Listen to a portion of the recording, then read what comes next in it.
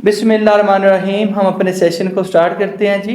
आपको मैं अपनी स्लाइड से भेजूंगा, ठीक है। हमारे अपने नोट्स होंगे, जो नोट्स हम फॉलो कर रहे होंगे उन नोट्स में हमारे जो इम्पोर्टेंट कंसेप्ट होंगे। बिफोर दिस कि हम स्टार्ट करें, थोड़ी सी अंडरस्टैंडिंग बहुत ज़रूरी है कि मेरी आपसे एक्सपेक्टेशन ये है कि जो मैं क्लास पढ़ाऊँगा अगली क्लास में जब आप आएंगे तो उस क्लास को आप रिवाइज करके आएंगे, नंबर 1। नंबर 2 पे ड्यूरिंग क्लास आपके पास पेन पेंसिल होना चाहिए ताकि आप अपने पेन का यूज़ करते हुए मेन पॉइंट्स लिख सकें, क्योंकि आपको थर्ड क्लास जो हमारी अपकमिंग क्लास होगी उसमें सारे जो नोट्स हैं जो जितना हम बढ़ाएंगे आपके साथ एक एक्सेल शेयर हो जाएगा। जितना मैं बढ़ा रहा हूँ वो आपके एक्सेल पे ऐड ऑन कर दिया जाएगा। कुछ कंसेप्ट ऐसे होंगे जो इमीडिएट पढ़ने वाले होंगे, कुछ कंसेप्ट होंगे जो टाइम के साथ साथ आपको क्लियर होंगे। जो चीज़ जिस क्लास में बढ़ाई जाएगी आपने उसके ऊपर फोकस करना है। उस क्लास में अगर कोई चीज़ इंपॉर्टेंट कंसेप्ट होगा जो मैंने नहीं बढ़ाया होगा तो मैं आपको बता दूंगा कि ये आगे आएगा। अगर आप उसमें कहेंगे नहीं जी ये आज ही पढ़ लें, तो याद रखें कि एक तरीका है, एक मोमेंटम है जिसको हमने लेके चलना है ताकि आप अपने घर बैठे हुए उसको अच्छे से ले सकें और मैं अच्छे से उसको डिलीवर कर सकूं। तो हम बगैर किसी ताख़ीर के, बगैर किसी टाइम वेस्ट किए अपने सेशन को स्टार्ट करते हैं। हम सबसे पहले जो स्टार्ट करने जा रहे हैं वो है कॉर्पोरेट टैक्सेशन। कॉर्पोरेट टैक्सेशन ऐसे ही है जैसे समझने के लिए कि जैसे कि नाम है कॉर्पोरेट। कॉर्पोरेट किसे कहते हैं? आपके जो बिज़नेस होते हैं, जो आपकी कंपनीज होते हैं, यानी कि आप बिज़नेस कैसे कर सकते हैं? आप कंपनी बना के कर सकते हैं, पार्टनरशिप बना के कर सकते हैं, सोल प्रोप्राइटरशिप के ज़रिए कर सकते हैं, यानी कि आप अकेले बंदे कहीं से लाइसेंस ले लें। हम चूँकि यूई की बात कर रहे हैं तो आप एक बात को फोकस कीजिएगा, समझिएगा कि हमने बिज़नेस सेटअप के ऊपर क्लासेस लेनी है। तो अभी कॉर्पोरेट के बारे में सादा लफ्ज़ों में आप कह लें कि हम कंपनीज़ की, हम पार्टनरशिप की बात कर रहे हैं। तो ऐसा टैक्स जो कॉर्पोरेट के ऊपर लगता है तो ऐसे टैक्स को हम कॉर्पोरेट टैक्स कहते हैं। अब कॉर्पोरेट टैक्स की बात करें तो सबसे पहले याद रखिएगा कॉर्पोरेट टैक्स एक डायरेक्ट टैक्स है। डायरेक्ट टैक्स क्या होता है मैं आपको कुछ ही देर में direct tax and indirect tax, इसका जो फ़र्क है, जो कंपैरिजन है वो आपको एक्सप्लेन करूंगा। अगर हम इसको यहीं पे देखें तो यहाँ पे आपका जो कॉर्पोरेट टैक्स है ये एक डायरेक्ट टैक्स होता है। क्या होता है जी? आपका डायरेक्ट टैक्स होता है। डायरेक्ट टैक्स क्या होता है? जो डायरेक्टली आपके ऊपर लगता है। तो ये डायरेक्ट टैक्स तभी समझ आएगा जब आपको मैं इनडायरेक्ट टैक्स समझाऊंगा। तो एक स्लाइड आगे हम आ जाएंगे डायरेक्ट और इनडायरेक्ट टैक्स में। तो हम पहले कॉर्पोरेट टैक्स को समझते हैं।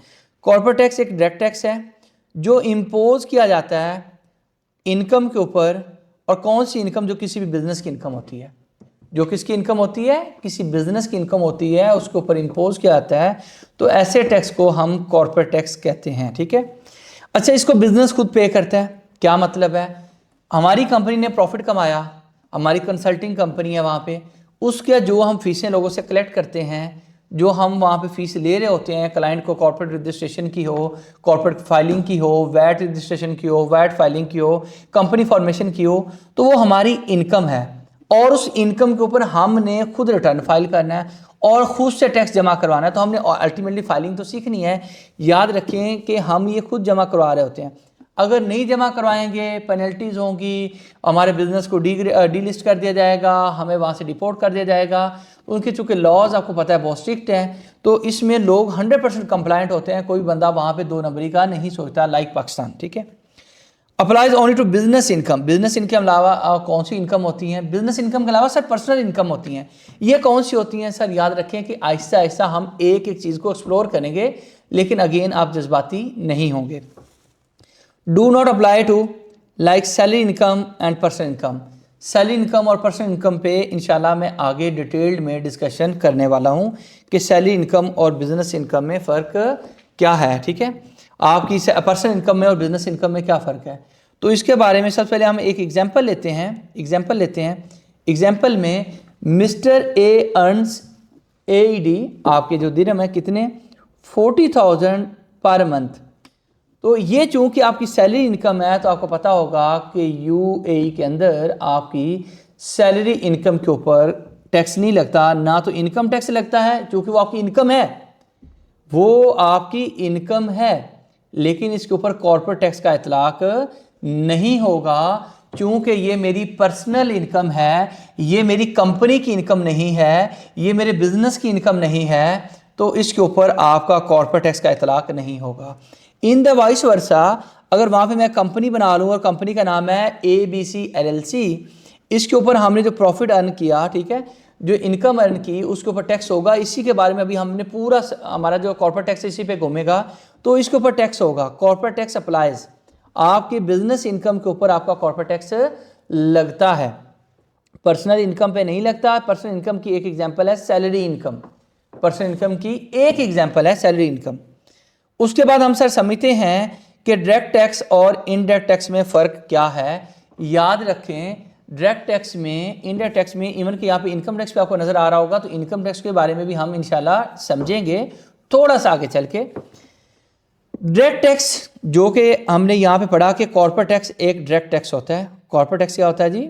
कॉर्पोरेट टैक्स एक डायरेक्ट टैक्स होता है। डायरेक्ट टैक्स के बारे में जब हम यहाँ पे आए, उसने बताया कि डायरेक्ट टैक्स क्या है। उसने बताया कि डायरेक्ट टैक्स के बारे में आप ये समझ लें कि डायरेक्ट टैक्स ऐसा टैक्स होता है जो वो बंदा डायरेक्टली पे करता है, जिसके ऊपर ये टैक्स लगता है। सर नहीं समझ आई, इसको आप छोड़ दें, पहले मैं इनडायरेक्ट टैक्स समझाऊंगा सो डैट कि आप डायरेक्ट टैक्स को समझ सकें। इनडायरेक्ट टैक्स को समझने के लिए आप समझें कि आप किसी पिज़्ज़ा शॉप पे गए, आपने पिज़्ज़ा खाया और पिज़्ज़ा वाले ने आपसे उस पिज़्ज़े का 300 रुपये तो लिया।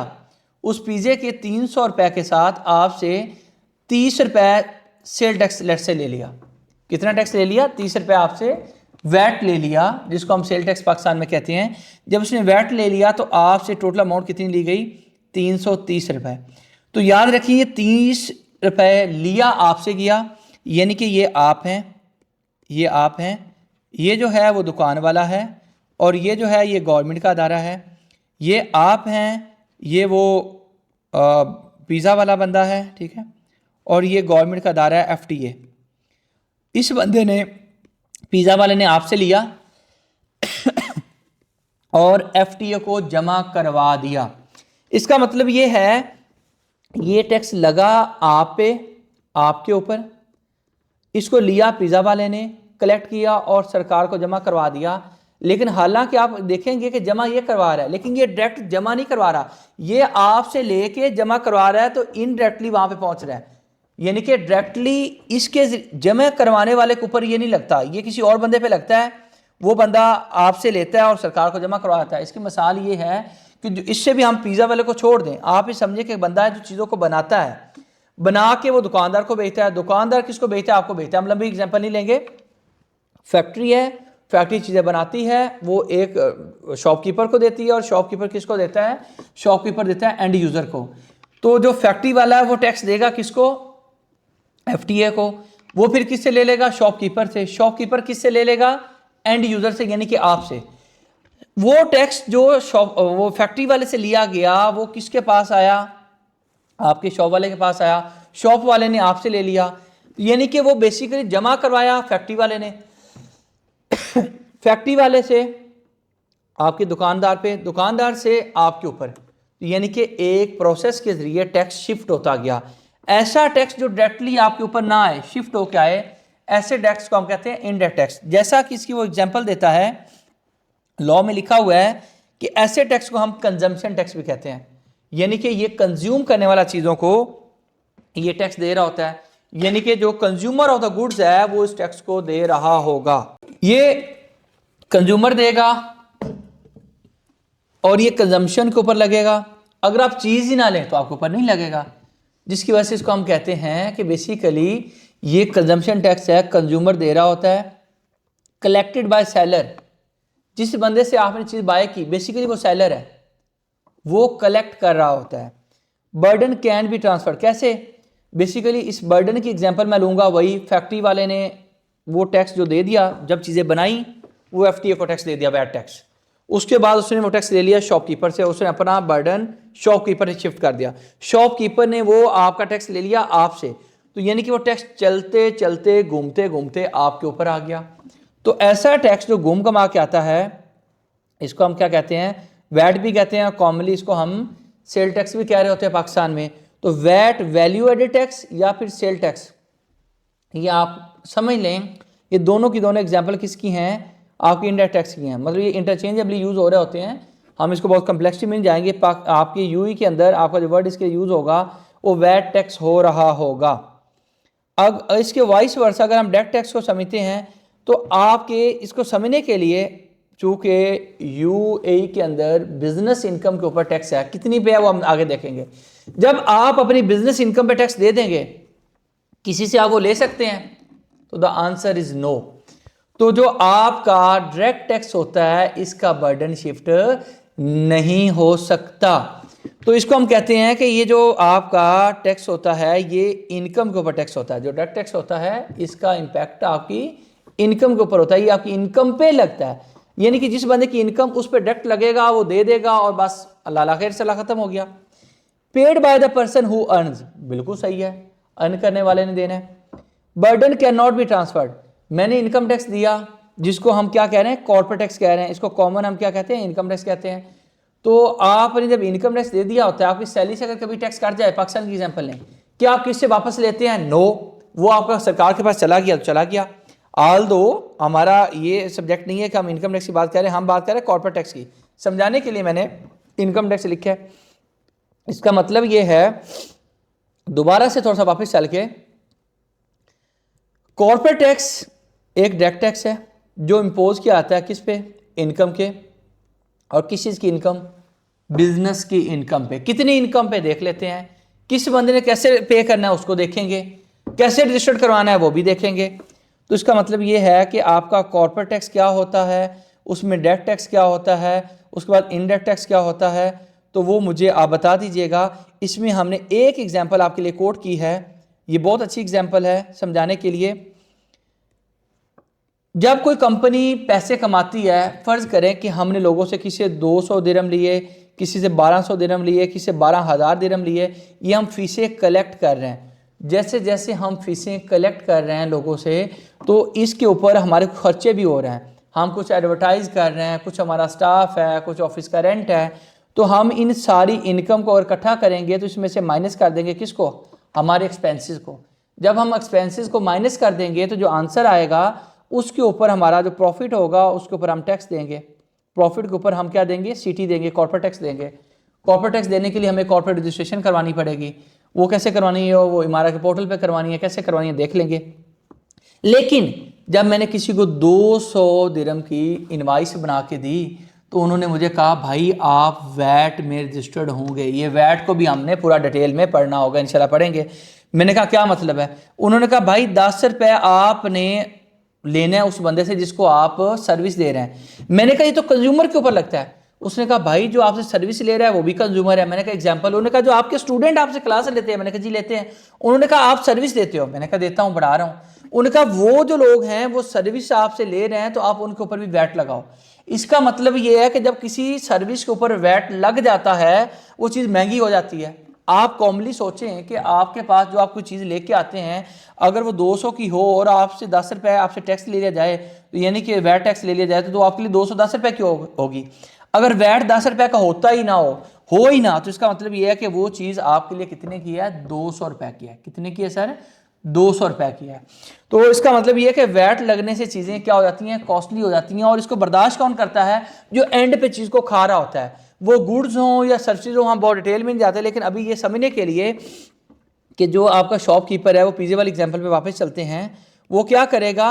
अपने 200 के ऊपर साल के एंड पे एक इनवाइस दिया, 200 अरब है या 200 मिलियन है, हमारे 140 मिलियन के खर्चे हैं दिरहम के, ठीक है। तो 60 मिलियन के ऊपर हम देंगे, क्या देंगे? हम देंगे अपना सीटी। लेकिन इस 200 के ऊपर हमने जो सेल टैक्स लिया होगा वो हमने लिया होगा फ़र्ज़ करें 10 मिलियन। ये 10 का 10 हमने एज इट इज़ सरकार को दे देना है। यानी कि हम सरकार के ब्याह पे एजेंट हैं, हम लेंगे और जमा करवा देंगे। यानी कि क्या लिखा गया? Shop sells goods, customer pays VAT, customer VAT देता है, shop collect VAT and deposit it into the FTA. जो वहाँ पे आपके जैसे पाकिस्तान में एफबीआर है, वहाँ पे एफटीए है और एफटीए को वो टैक्स जमा करवा दिया जाता है। तो अभी तक जो मैंने एक छोटी सी कोशिश की आप लोगों को ये समझाने की कोशिश की कि आपका direct tax versus indirect tax क्या होता है। अब आप लोगों को मैं अलाउ करता हूँ कि आप अपना हैंड रेज कर सकते हैं ताकि मैं आपको डायरेक्ट एंड इनडायरेक्ट टैक्स के ऊपर आपका अगर कोई भी क्वेश्चन है तो आपको रिस्पॉन्ड कर सकूँ। किसी भी बंदे का डायरेक्ट एंड इनडायरेक्ट टैक्स के ऊपर कोई क्वेश्चन है तो मुझे बता सकते हैं जी। और ये कितने परसेंट लगता है ये जो टैक्स है, डायरेक्ट इनडायरेक्ट दोनों? भाई सारा कुछ हमने डिटेल में पढ़ना है, टेंशन ना लो। यही मैंने कहा कि जैसे जैसे हम आगे बढ़ते जाएंगे आपको एक एक चीज़ समझा के भेजनी है, आपने परेशान नहीं होना। सारा कुछ आपको पूरी जो कार्रवाई है उसी के ऊपर है, टेंशन नहीं लेनी। आप डायरेक्ट एंड इनडायरेक्ट क्या है वो बस मुझसे पूछें जी। सर इसमें जो टैक्स लग रहा है, मिसाल के तौर पर ये 210 तो 10 तो चला गया, हाँ जी। 200 पे तो बिजनेस टैक्स देगा। आपका क्या, आपने नाम क्या जी? बिलाल भाई। बिलाल भाई एक बात समझे, आपने 200 रुपए की किसी को चीज़ दी है, आपकी इनकम कितनी है बताइएगा? 200 है। अब फर्ज करें कि आपका रेंट और आपका स्टाफ और आपकी यूटिलिटीज डाल के अगर 100 रुपए का खर्चा हो जाए, आप प्रॉफिट कितना होगा आपका? 100 होगा। इसके ऊपर कॉर्पोरेट टैक्स लगेगा। लेकिन अब इसमें से एक स्टेप फिर वापस चले जाएं, अगर सरकार ने कह दिया आप वो बंदे हैं, आपके लिए अगर वैट में रजिस्टर्ड होना जरूरी है, उसके ऊपर भी हमने डिटेल डिस्कशन करनी है। वैट रिफंड कैसे होता है, वैट में रजिस्टर्ड कैसे होते हैं, वैट की फाइलिंग कैसे होती है। ये बस हमने जज्बाती नहीं होना किसी बंदे ने, आपके लिए नहीं कह रहा, ओवरऑल कह रहा हूँ। लेकिन एंड पे जाकर इंशाल्लाह एक एक चीज़ हम डिस्कस कर रहे होंगे। जब मुकम्मल हो जाएगा, आपका किसी बंदे का कोई क्वेश्चन हो जो टॉपिक के मतलब होगा, जब हम एंड पे कोर्स कंप्लीट करेंगे, किसी भी एरिया का कोई भी क्वेश्चन होगा, एक एक क्वेश्चन आपको खुद ब खुद आता होगा। तो बिलाल साहब, अगर आपको सरकार ने कह दिया कि आपको वैट में रजिस्टर्ड होना आपके लिए ज़रूरी है, तो अब आप वैट 5% कलेक्ट करेंगे, तो आप मुझे फरमाइए और बताइए कि अब आप टोटल कितने पैसे कलेक्ट करेंगे उस बंदे से वैट की मद में? बिलाल साहब बताएं। सर आवाज गायब हो गई थी, आवाज सही नहीं आ रही। बिल्कुल आवाज आ रही है, सबको आ रही है, किसी को आवाज का मसला है भाई? नो सर क्लियर है भाई आपकी तरफ इंटरनेट का इशू है, आप अपना इंटरनेट कनेक्शन थोड़ा स्ट्रांग ले लें अगर आपने ऑनलाइन क्लास लेनी है तो अगर आपका सरकार ने कह दिया कि आपके लिए वैट में रजिस्टर्ड होना ज़रूरी है, उसका क्या क्राइटेरिया, किसने रजिस्टर्ड होना है, वैट में बताऊंगा, डिटेल में बताऊंगा। अभी अगेन सर वैट में जाकर बताएंगे। भाई एक सिलेबस का एक सीक्वेंस है, सीक्वेंस को फॉलो करना है हमने स्ट्रिक्टली, ताकि वो जो जिन लोगों को कुछ आता है और जिनको नहीं आता, इसमें ऐसे लोग भी होंगे जिनको कुछ आता है, तो हमने बराबर लेके चलना है, ठीक है। अच्छा, getting disconnect after few minutes, नहीं डिस्कनेक्ट नहीं हो रहा, मैंने जानबूझ के वो बंद कर दी स्क्रीन शेयरिंग, ताकि मैं आपसे फेस टू फेस बात करूँ, ठीक है। भाई आप लोग ये समझें, जब स्क्रीन शेयर करूंगा शो होगी, बाकी जहाँ पे ज़रूरत महसूस होगा कि आप मुझे देखें, ताकि एक आपको फील हो कि आप घर बैठे हुए आमने सामने बैठे हुए हैं, तो मैं आपका वो स्क्रीन शेयरिंग स्टॉप कर देता हूँ। आपको बिलाल साहब क्या दिया उन्होंने कि आपने वैट 10 रुपये कलेक्ट करना है, तो अब आपने एक हाथ से लेना है। आपके ये 2 काउंटर बने हुए हैं, 200 रुपये अपने काउंटर में रख लिया, 10 रुपये सरकार के काउंटर में रख लिया। उस टैक्स को आपने उठा के सरकार को जमा करवा दिया, ठीक है। आपका काम एक क्लर्क का है, आपका काम एक मुंशी का है, आपका काम एक एजेंट का है, लो और आगे दे दो, ठीक है। इतनी सी बात है जी। सामिया क्या क्वेश्चन है आपका? अस्सलाम वालेकुम सर। वालेकुम सलाम जी। सर मुझे 2 चीजें कंफ्यूज कर रही थी, वैट और सेल टैक्स सेम है जो आप समझे कि पाकिस्तान में सेल टैक्स है, आप कह लें कि यूएई के अंदर आपका वैट है। मैंने आपको ये कहा कॉमनली यूज होता है, मैकेनिज्म सेम है, ठीक है। पाकिस्तान में इसको सेल टैक्स कह लें, यूएई के अंदर वैट कह लें जी। Fine, okay sir. Personal income पर हमारा कोई टैक्स नहीं लगेगा? अभी मैडम मैं वहां पे नहीं आया, प्लीज आप सिर्फ मुझसे पूछिए डायरेक्ट एंड इनडायरेक्ट में पर्सनल इनकम क्या होती है, अभी मैंने बताई नहीं है, ठीक है। आपकी कॉर्पोरेट इनकम क्या होती है मैंने बताई नहीं है। नाराज नहीं होना, ये थोड़ी चीजें हमें स्टार्ट में फेस होंगी कि यार पता नहीं ये इधर आ गया। मैंने अभी बढ़ाया क्या है, कॉर्पोरेट टैक्स इनकम के ऊपर लगता है और आपकी कॉर्पोरेट इनकम के ऊपर लगता है। कॉर्पोरेट इनकम क्या, वो डिस्कस ही नहीं की। मैंने कहा चूंकि डायरेक्ट टैक्स होता है तो मैंने डायरेक्ट एंड इनडायरेक्ट को समझा दिया। मैंने एग्जांपल दे दिया कि इनडायरेक्ट टैक्स की एग्जांपल क्या है, आपका वैट। फिर आपको लोग चूंकि पाकिस्तान में, तो मैंने कहा आपका पाकिस्तानी टैक्स में सेल टैक्स। आपने कहा जी वो आपका कॉर्पोरेट टैक्स क्या होता है, मैंने कहा पाकिस्तानी नज़र में जो बिजनेस इनकम पे बिजनेस टैक्स देते हैं यूएई के अंदर, वो कॉर्पोरेट टैक्स है जी। सही। जब कोई कंपनी पैसे अर्न कर रही है मैडम, अभी उस पर नहीं गया madam, please direct and indirect का पूछें। जब वो अर्न कर रही है उसका ऊपर अभी हम आए ही नहीं है। इससे आपका सेशन जो है जी आपने आई एम सो सॉरी, मैं आपको इंटरप्ट कर रही हूँ। एक्चुअली आपने बोला था कि जब बिजनेस इनकम के ऊपर जो टैक्स लगेगा, तो मेरा एक क्वेश्चन था कि क्या क्वेश्चन था आपका? मेरा मेरा एक क्वेश्चन था कि देखिए, बिजनेस इनकम में तो फिर आपका लॉस भी होता है। तो मैडम आपने मैडम अभी उस तरफ हम आए हैं, हम उस तरफ अभी नहीं आए नहीं, हैं, तो प्लीज़ थोड़ा सा वेट कर लें, थोड़ा सा तो हमल कर लें, हर चीज़ होगी। जब चीज़ें अभी रहती हैं तो मैं आपको बता, जब मैं कहूँगा कि बिजनेस आपका पूरा हो गया कॉर्पोरेट टैक्स, जिस दिन पूरा होगा तो हर बंदे को आता होगा, तो थोड़ा सा मुझे मौका दे दें। ओके हमारा एक फाइन, सीक्वेंस है, मैं एक मिसाल देता हूँ। एक बंदे ने आलम बनना है, तो आलम बनने का पूरा कोर्स है। जब वो पूरा कोर्स हो जाता है तो उसको समझ आता है कि यार अच्छा ये ऐसे से होता है। तो हमने पूरा अभी कॉर्पोरेट टैक्स पढ़ा ही नहीं है। आप सही कह रही हैं, बिजनेस इनकम में लाजमी तो नहीं है, इनकम हो लॉस भी तो हो सकता है। तो अभी इनकम प्रॉफिट ही नहीं पड़ा तो लॉस पे फिर बाद में बात होगी। अभी मैंने बढ़ाया क्या है कि कॉर्पोरेट टैक्स एक डायरेक्ट टैक्स है, ये इनकम के ऊपर लगता है, और आपका डायरेक्ट टैक्स से क्या मुराद है और इनडायरेक्ट टैक्स से मुराद क्या है, मैंने इतना बढ़ाया बस। आगे हमने क्या रेट होता है, पर्सनल इनकम क्या होती है, हर चीज़ हमने पढ़नी है। बस आपने वेट करना है भाई। बाकी आप लोग ना एक्सपर्ट हो तो फिर बात कीजिएगा। अभी बड़े सारे लोग ऐसे होंगे, सर ये बता दें क्वालिफाइंग इनकम का मैं वर्ड यूज करूंगा, वो कहेंगे क्वालिफाइंग इनकम क्या है, मैं कहूंगा भाई आ जाएगा टाइम बता दूंगा, बेफिक्र रहें, ठीक है। Thank you sir, thank so you, much. Thank you. इंशाल्लाह सामिया आपको मेरी प्रॉमिस है, मेरी तरफ से गारंटी है, बस वेट कर लें थोड़ा, ठीक है। जी सर, थैंक यू, बिल्कुल। बहुत थैंक्स शुक्रिया, a lot. Thank you, thank you. Ayesha, sir मेरा क्वेश्चन ये है कि कोई सेल्फ बिजनेस कर रहा है, लाइक उसके ऊपर कौन सा टैक्स अप्लाई भाई होगा? मैंने अभी बात ही नहीं की। सेल्फ बिजनेस क्या होता है मुझे आता ही नहीं, आज बता दूंगा। Sir business, Ayesha, okay Ayesha जो चीज़ें नहीं पढ़ी नहीं बताऊंगा, 50 दफ़ा पूछोगे। जब एक सीक्वेंस है, I can not tolerate the sequence. आप लोग इस तरह, तो हर बंदे, इसका मतलब ये कि ये क्लास नहीं है, ये तो आप लोग अपना क्वेश्चन आंसर सेशन, और क्वेश्चन आंसर में भी विद इन द टॉपिक हम रहेंगे, ताकि आप लोग को समझना आसान रहे और मेरे लिए समझाना आसान रहे। भाई with in the topic, with in the domain आपका क्वेश्चन है, रिस्पॉन्ड करूंगा। अदरवाइज जब आपका कॉर्पोरेट टैक्स पूरा हो जाए, किसी बंदे को कोई कंफ्यूजन हो, मैं जिम्मेदार हूं। लेकिन टिल देन आप लोगों को जो क्लास का जो डेकोरम है, जो सीक्वेंस है, उसको फॉलो करना होगा।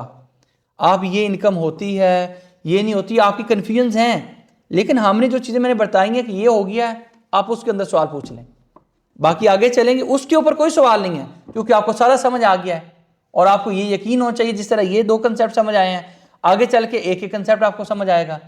लेकिन आपको वेट करना पड़ेगा ना भाई, जज्बाती क्यों हो रहे ओके सर। जी। कैस यासर,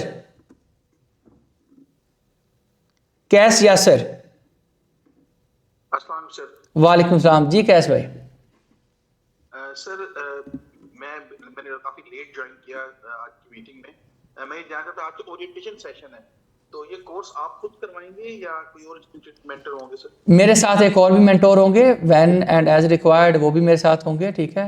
आपके यूई में बैठे हुए हैं, ठीक है। मैं इधर बैक ऑफिस में बैठा हुआ हूँ, ठीक है। तो प्राइमरली मैं देख रहा हूँ, लेकिन कुछ जगहों पे वो भी इंटरवीन कर रहे होंगे, जहाँ पे हमें ज़रूरत पड़ेगी उनको हम दावत दे रहे होंगे। राइट सर, ठीक हो गया। ठीक है, थैंक यू। मलक इमरान, मलक इमरान, नईम साहब, मिस्टर नईम। हेलो, जी जी मलक साहब, हेलो जी जी, जी, अस्सलाम वालेकुम सर। वालेकुम सलाम जी सर। सर जी सर, जैसे आपने समझाया कॉर्पोरेट टैक्स जो है हमें डायरेक्ट और इनडायरेक्ट, इसके बारे में तो हमें समझ आ गया। जो अब आपने साथ फॉर एग्जांपल मिसाल दी है कि वो जो हम वैट एंड ऑफ कंज्यूमर से कलेक्ट कर रहे हैं, जब वो हम एक गवर्नमेंट को देंगे, तो क्या उसको भी हम इनमें इंक्लूड कर सकते हैं अपने, या नहीं? मलक साहब एक से बताऊं, नाराज फिर नहीं होना, ये पूरी रामलीला ये बता रहा हूँ कि हमने, मेरे दोस्त इमरान साहब, हमने सारा पढ़ना है, आपको सारी क्लैरिटी होगी, लेकिन हम कंसेप्ट बाय कंसेप्ट चलेंगे ना, आपको समझना आसान है, मेरे लिए समझाना आसान है। वरना ये होगा कि मैं जो लफ्ज़ बोलूँगा आप लोग सवाल ले आएंगे, और उसमें नुकसान पता है क्या होगा, पूरी क्लास ख़राब हो जाएगी। हम लोगों ने ये करना है, ये स्टार्ट की 1-2 क्लासेस में होगा, ठीक है। हम लोगों ने जो टॉपिक होगा उसके अंदर रहेंगे ना, तो आपके लिए ये सब्जेक्ट ऐसे आपके हाथ में ना आए तो बात कीजिएगा। जो मुझसे स्टूडेंट पढ़ते हैं, जो कुछ शायद कोई मेरे स्टूडेंट मुझे जानता हो यहाँ पे, उनको पता है कि कैसे हम डिलीवर करते हैं, ठीक है। हाँ ये देखिए, अगर आपको डायरेक्ट इनडायरेक्ट समझ आ गया ना तो आप ये समझे कि बाकी भी ऐसे समझाने हैं, ठीक है। उसमें से सवाल किसी का नहीं है, सवाल ये है कि वो कैसे है, वो कैसे, वो और ये मैंने बताना है, ये मेरी जिम्मेदारी है। Thank you. नईम साहब, मिस्टर नईम, चलें जी आगे बढ़ते हैं। भाई आप लोगों ने अगर क्लास को ज्वाइन करने का इरादा किया हुआ है तो आपके पास एक अच्छा इंटरनेट कनेक्शन होना ज़रूरी है, ठीक है। अदरवाइज़ आपकी फ़ीस भी मेरी नज़र में बेकार है। अगर आप 1000-2000 रुपये का अपने मोबाइल पे इंटरनेट का पैकेज कर लें, ठीक है, उस पर आप कोशिश करें कि उसको इस तरह यूज़ करें कि आप उसको स्लीप मोड पे लगा के, ताकि कॉल ऑटो बिजी होती जाए और आप सुकून से क्लास लें। आगे बढ़ते हैं। हमने अभी तक क्या पढ़ा है? हमने सर ये पढ़ा है कि कॉर्पोरेट टैक्स हमने स्टार्ट किया अपने कॉर्पोरेट टैक्स के अंदर से। कॉर्पोरेट टैक्स हमने कहा है कि एक डायरेक्ट टैक्स होता है। कॉर्पोरेट टैक्स क्या होता है? आपका एक डायरेक्ट टैक्स होता है, ठीक है। उसके बाद हमने कहा है ये बिजनेस इनकम पे अप्लाई होता है जो कॉर्पोरेट टैक्स है।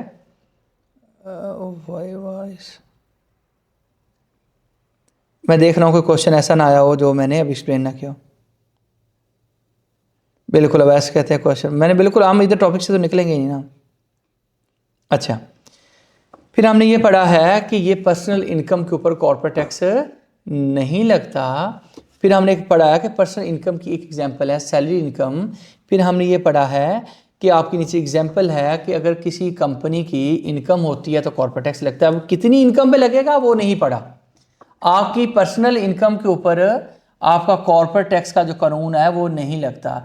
ये समझाने के लिए ऐसे ही है कि आपका कुरान मजीद जो है वो आपका कोई जो नॉन मुस्लिम है उसको फॉलो नहीं करता। आपका उसका इतलाक नॉन मुस्लिम पर नहीं होता। अगर वो फॉलो कर ले तो बहुत अच्छी बात है। बिल्कुल इस तरह से कि आपका जो कॉर्पोरेट टैक्स है वो किन लोगों के ऊपर लगना है जिन लोगों का उस कॉर्पोरेट टैक्स की बुक के अंदर जिक्र है। लेट्स सपोज आपकी ये एक बुक है और इसके ऊपर एक हेडिंग दी हुई है कॉर्पोरेट टैक्स। तो इसके अंदर लिखा हुआ है कि आपकी जो बिजनेस इनकम है उसके ऊपर कॉर्पोरेट टैक्स लगेगा, तो इसमें पर्सनल इनकम पे नहीं लगेगा। फिर डायरेक्ट टैक्स ऐसा टैक्स होता है जो जिस बंदे पे लगता है वो उसको बर्दाश्त करता है और वो उसको किसी दूसरे बंदे से रिकवर नहीं कर सकता। जो इनडायरेक्ट टैक्स है एक ऐसा टैक्स होता है जो जिस बंदे से पे लगता है वो दूसरे बंदे से इसको रिकवर कर लेता है। जैसे कि किसी भी फैक्ट्री का जो ऑनर है वो कोई एक शैम्पू बनाता है, वो कोई टूथपेस्ट बनाता है, तो उसके ऊपर पूरे बॉक्स के ऊपर वो एक सेल टैक्स जो जिसको हम वैट कहते हैं वो वैट सरकार को जमा करवा देता है और वो फिर आपका जो शॉपकीपर है वहाँ से ले लेता है। अभी मैं इसमें डिस्ट्रीब्यूटर, होलसेलर, डीलर सारा कुछ निकाल दिया सिंपल रखने के लिए। फिर उस शॉपकीपर से वो ले लेता है, कौन? जो आपका मैन्युफैक्चरर है। फिर शॉपकीपर किससे ले लेता है? एंड यूज़र से। तो ये टैक्स आपके ऊपर शिफ्ट होके आया है, इनडायरेक्टली आप तक पहुंचा है, इसलिए से इनडायरेक्ट टैक्स भी बोलते हैं।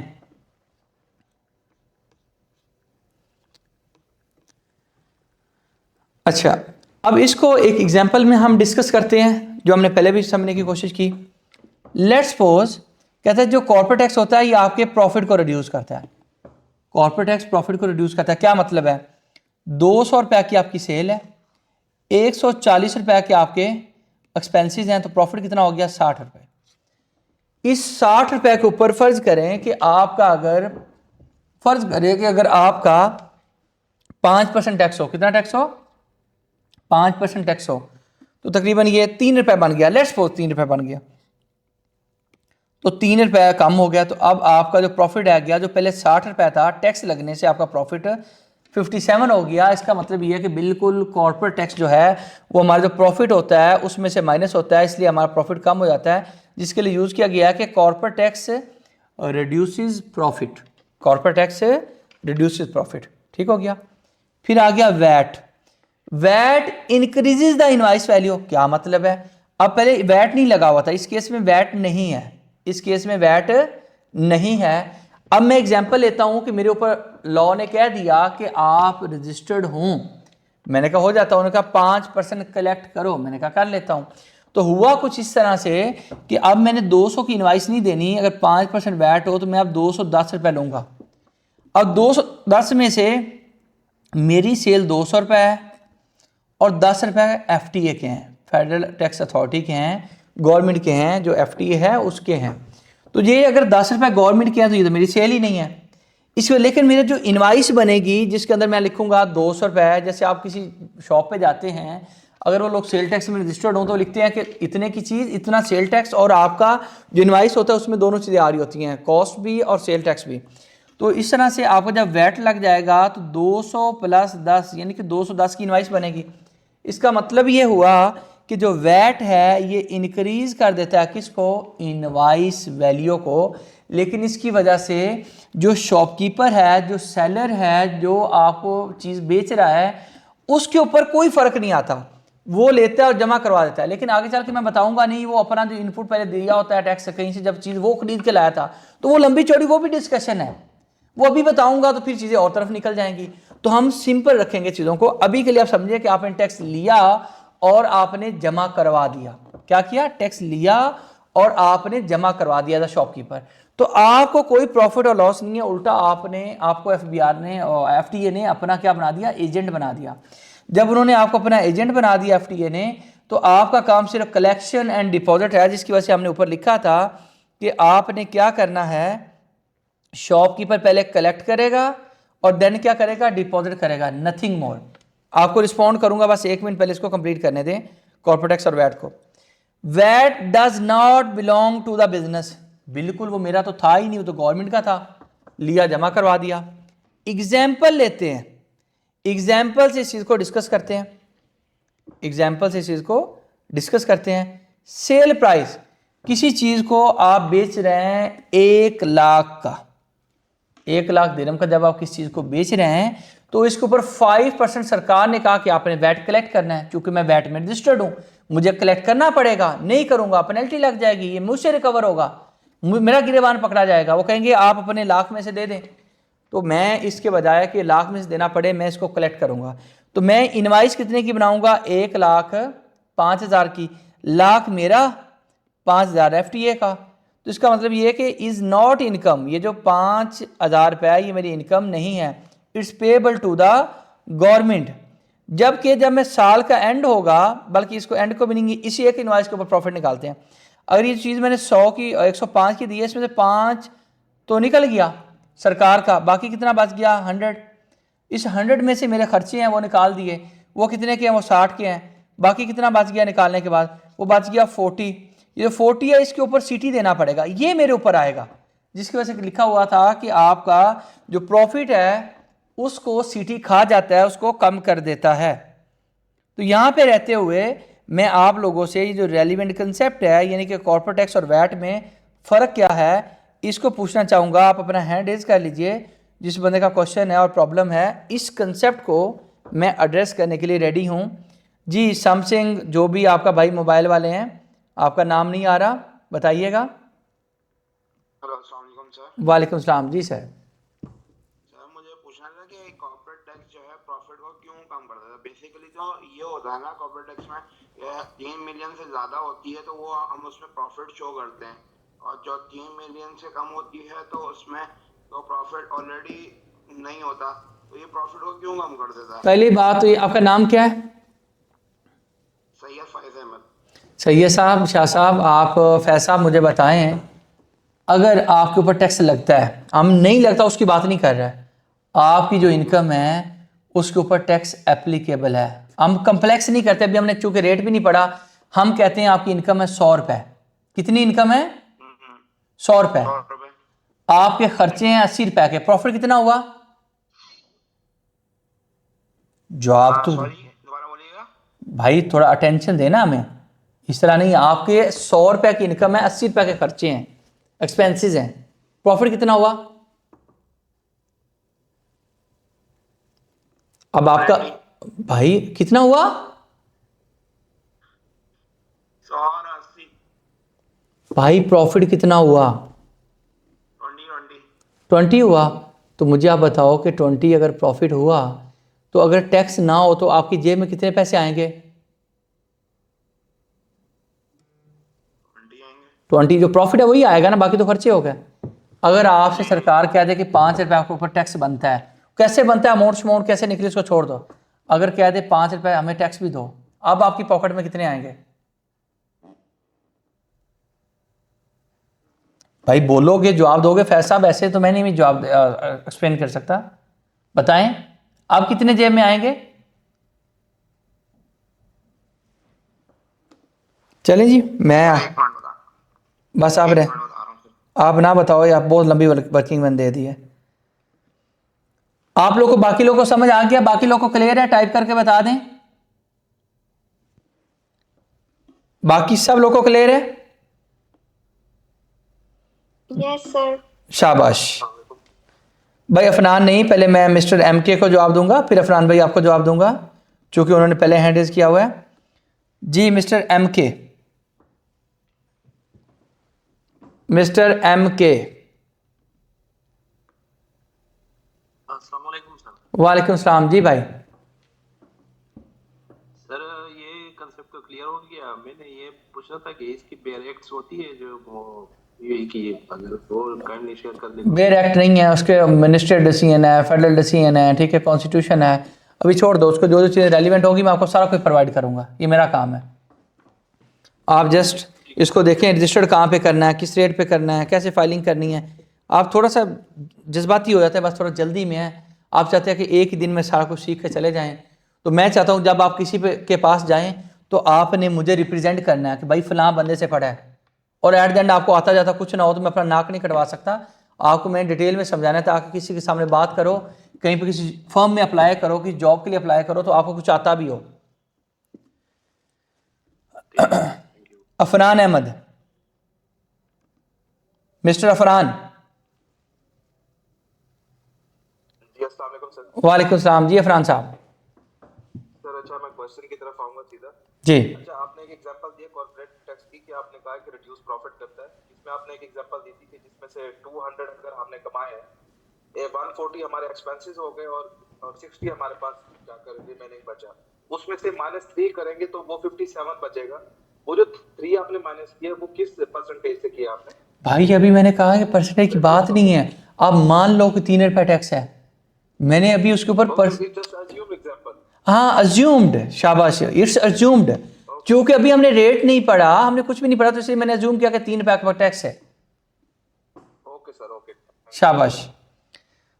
ये अच्छी बात है कि ऐसा क्वेश्चन हो कि अच्छा यार ये आपने 3 कैसे निकाल दिया, ये क्या चीज़ है, ऐसा पूछें ताकि आपको भी क्लैरिटी रहे, मुझे भी। जी अब ऐसा मैं ये पूछना चाह रहा था कि अभी आप लेक्चर दे रहे हैं तो बेसिक चीजें सेल टैक्स, उनके यहाँ भी कोई चीज सीखते हैं तो सेल टैक्स सबको पता होना चाहिए।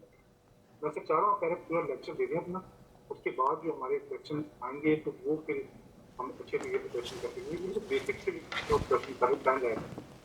आपकी बात ठीक है, लेकिन अगर एक चीज़ मैं बढ़ाऊंगा एंड तक, वो अगर आपके माइंड में कोई क्वेश्चन हो, ठीक है, आपके माइंड में कोई क्वेश्चन स्टक हो जाए तो आप भी वेट करते रहेंगे, आप कहेंगे यार आपको नया कंसेप्ट समझ ही नहीं आएगा। हम एक पीस पढ़ते हैं उसका क्वेश्चन आंसर कर लेते हैं, एक पीस पढ़ते हैं उसका क्वेश्चन आंसर कर लेते हैं। आपसे मैं डिसएग्री नहीं करूंगा, लेकिन मेरी पास की प्रैक्टिस है उससे मैंने यही सीखा है कि जो स्टूडेंट है तभी खुश होता है जब उसको हर एक कंसेप्ट के साथ उसका जो क्लैरिटी है ना, क्वेश्चन वो विद इन उस टॉपिक की वो ले ली जाए। ये जो चूँकि नए हैं, इन लोगों को इधर उधर भागने का शौक है, तो इनको समझ आ जाएगी कि हम जो पढ़ रहे हैं ना उसको पढ़ना, फिर इंशाल्लाह आपको भी परेशानी नहीं होगी। और मैं इतना उसको अच्छा बता दूंगा कि उस टॉपिक में से क्वेश्चन निकलेगा भी नहीं इंशाल्लाह, क्योंकि मैंने उसको बहुत डिटेल में बता देना है। तो बाकी आपका जो वो है पॉइंट ऑफ व्यू है, अच्छा पॉइंट ऑफ व्यू है, ताकि हम सिलेबस कवर ज़्यादा कर लें। लेकिन अगेन आपको शायद मैं बताता चलूँ अवैस भाई, हमारी क्लासेस कभी काउंट करके नहीं होती। ये आपका 5 महीने में ख़त्म हो, ये 2 महीने में हो, ये 3 महीने में हो, ये 1 महीने में हो, हमने इतना अच्छे से पढ़ना है कि जब आप बाहर निकलें तो मेरी भी एक रिस्पेक्ट हो और आपकी रिस्पेक्ट हो, क्योंकि आपने एट द एंड मुझे नुमाइंदा, मेरे रिप्रेजेंटेटिव हैं आप, मेरे नुमाइंदा हैं आप बताएंगे कि यार ये चीज़ें पढ़ी थी, तो इंशाल्लाह आपको एक एक चीज़ बता के भेजी जाए। ठीक है जी, थैंक यू। आगे चलते हैं जी।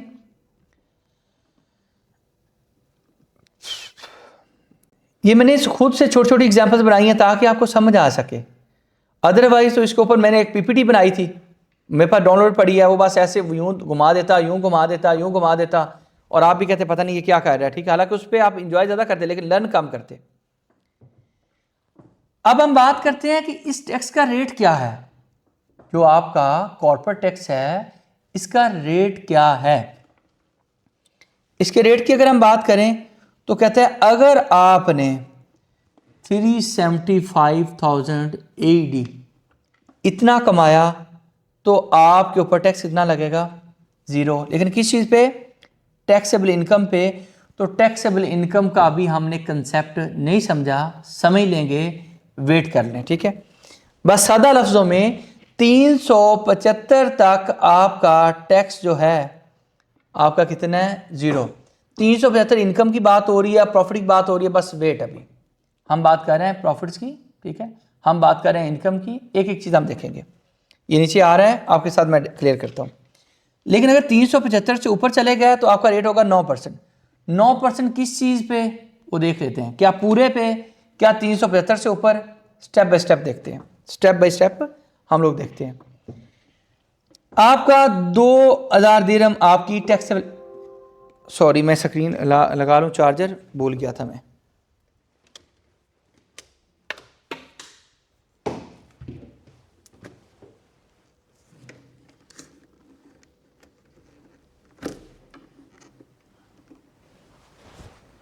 अच्छा जी,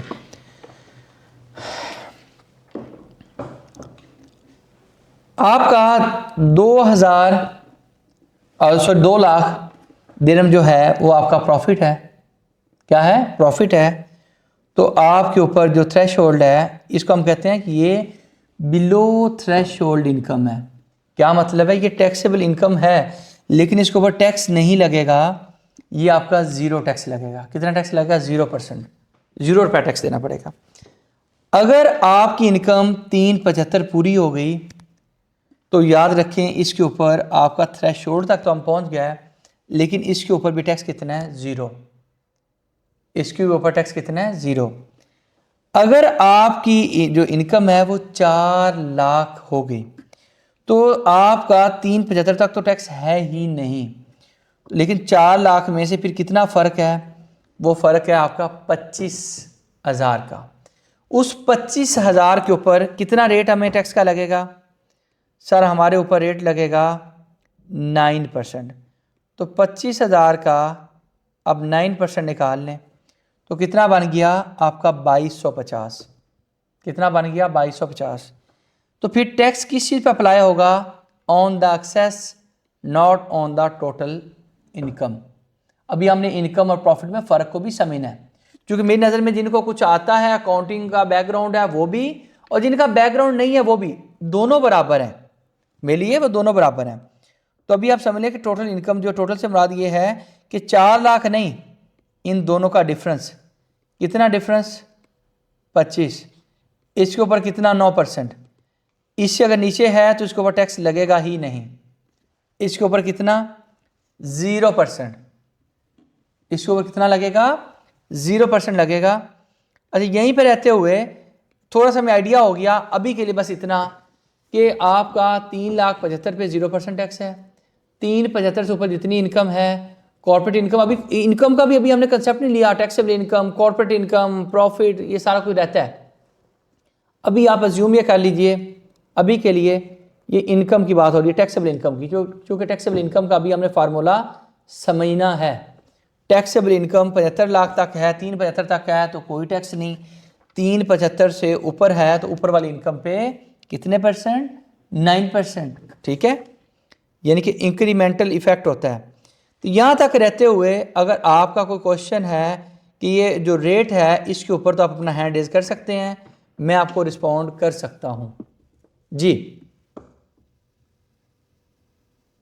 किसी का क्वेश्चन यहाँ तक नहीं तो भाई टाइप करके क्लियर या ओके लिख दें ताकि मुझे तसल्ली हो आप जाग रहे हैं, ठीक है, मुझे पता चले कि आप लोग जाग रहे हैं और मुझे सुन रहे हैं, ठीक है, और आपको समझ भी आ रही है। चले,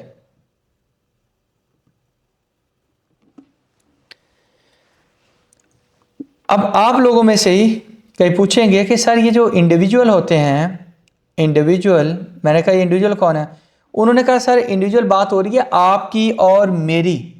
मैंने कहा आप और मैं से क्या मुराद है, उन्होंने कहा मुझे और आपको कहते हैं नेचुरल पर्सन। क्या कहते हैं? Natural person. मैंने कहा अच्छा क्या मतलब है? उन्होंने कहा सर ये बताएं, आप लोगों में से किसी ने कहा क्या जो पर्सनल है, जो पर्सन है यानी कि जो इंडिविजुअल है और उसकी जो पर्सनल इनकम है, मैंने कहा पर्सनल इनकम क्या होती है? उसने कहा पर्सनल इनकम से मुराद ये वाली इनकम्स हैं। क्या मतलब है? उन्होंने आपने पूछा कि सर आपका इसके ऊपर कॉर्पोरेट टैक्स लगता है। मैंने कहा कॉर्पोरेट टैक्स तो नहीं लगता, आपकी जो सैलरी इनकम है कॉर्पोरेट टैक्स तो नहीं लगता, चूंकि वो कॉर्पोरेट इनकम नहीं है, वो पर्सनल इनकम है। आपने कहा सर पर्सनल इनकम पे जो इनकम तो है, क्या इनकम टैक्स लगेगा? यानी कि आप समझिए कि फिर कॉर्पोरेट टैक्स होता है कंपनीज के ऊपर, पार्टनरशिप्स के ऊपर, आपके लाइसेंस बिजनेस क्या है नहीं पढ़ा अभी। दूसरा क्या है? Income tax. एक है कॉर्पोरेट टैक्स और एक है इनकम टैक्स। इनकम टैक्स लगता है इनकम के ऊपर, यानी कि इंसानों की, इंडिविजुअल्स की। कौन कौन सी इनकम? ये वाली। तो भाई ये यूएई के अंदर कोई इनकम टैक्स नहीं है, कोई सैलरी के ऊपर टैक्स नहीं है, कोई वेजेस के ऊपर टैक्स नहीं है, कोई पर्सनल इनकम पे टैक्स नहीं है। पर्सनल इनकम के ऊपर डिस्कशन करते हैं। आपका कोई इनकम टैक्स रिटर्न फाइल नहीं किया था, तो यानी कि इनकम टैक्स का फिर कंसेप्ट नहीं है, सिर्फ कॉर्पोरेट टैक्स का कंसेप्ट है। No personal income tax does not apply in the UAE. No tax on salary, no tax on wages, no personal income, ठीक है, tax on personal income, no personal income tax return filing, ठीक है। UAE has introduce corporate tax not personal income tax. अभी उन्होंने ये introduce किया है, हो सकता है फ्यूचर में कोई भी वक्त आए कि पर्सनल टैक्स भी इंट्रोड्यूस कर दिया जाए। राइट नो ये नहीं है। ये अब इंडिविजुअल कौन होता है? लॉ में बाकायदा इसको डिफाइन किया गया है कि नेचुरल पर्सन से मुराद कौन है? नेचुरल पर्सन से मुराद है इंडिविजुअल, यानी कि मैं और आप, मैं और आप। अर्निंग इनकम पर्सनली, खुद से इनकम कमा रहे हो। अच्छा इनकम कैसे आ सकती है? आप कहीं पे जॉब करते हैं, सैलरी आती है, आप एज अ फ्रीलांसर काम कर रहे हैं यूएई के अंदर बैठे हुए, आप एज अ कंसल्टेंट काम कर रहे हैं, आप एज अ सोल प्रोप्राइटर काम कर रहे हैं। सर ये क्या हमारी ये वाली जो इनकम है पर्सनल इनकम है? मैं कहूँगा भाईजान ये तो आपकी पर्सनल इनकम है, लेकिन फ्रीलांसर, कंसल्टेंट या सोल प्रोप्राइटर के तौर पे आप काम करें तो आप बिजनेस कर रहे हैं। आप क्या कर रहे हैं? बिजनेस कर रहे हैं। सर बिजनेस क्यों? भाई आप जॉब कर रहे हैं? नहीं सर ये जॉब ही तो होता है, किसी के लिए काम कर रहे हैं। नहीं नहीं नहीं, ये जॉब नहीं है। किसी के लिए पैसे लेके आप कोई टास्क बेस्ड काम करें तो वो आपकी पर्सनल इनकम नहीं बनती, वो बिजनेस इनकम बनती है। तो यानी कि फिर बिजनेस इनकम बन गई। अच्छा कॉर्पोरेट इनकम बन गई, यस कॉर्पोरेट इनकम बन गई। कॉर्पोरेट टैक्स लगेगा? जी लगेगा। इसके ऊपर भी हम स्टेप बाय स्टेप आगे बढ़ते हैं, थोड़ा सा सब्र। यानी कि हमने डिस्कस किया क्या कि पर्सनल इनकम के ऊपर टैक्स नहीं है। कौन सी इनकम के ऊपर पर्सनल इनकम पे टैक्स नहीं है? वो ये वाली इनकम्स हैं जो यहाँ पे डिफाइंड है। यानी कि ये पर्सनल इनकम हो तो इनके ऊपर टैक्स नहीं होता, ना पर्सनल टैक्स और ना ही कॉर्पोरेट टैक्स। कॉर्पोरेट टैक्स तो पहले नहीं होता, वो हमने पहले पढ़ लिया। अब हमने बताया कि इसके ऊपर इनकम टैक्स भी नहीं लगता।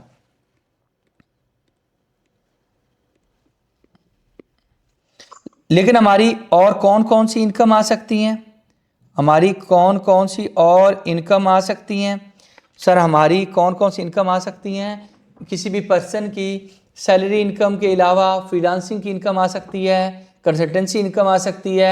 मैं अगर कंसल्टेंसी के अलावा कोई अपना ज़ाती तौर पे लाइसेंस ले लूँ गवर्नमेंट से और काम करना शुरू कर दूँ तो एज अ सोल प्रोप्राइटरशिप भी काम कर सकता हूँ। कभी आपने किसी शॉप पे पढ़ा होगा प्रोप्राइटर, तो उसका मतलब ये होता है कि वो अकेला बंदा प्रॉफिट और लॉस का मालिक है। हो सकता है उसके साथ 2, 4, 5, 10 बंदे मुलाजिम काम करते हों, but he is the sole proprietor.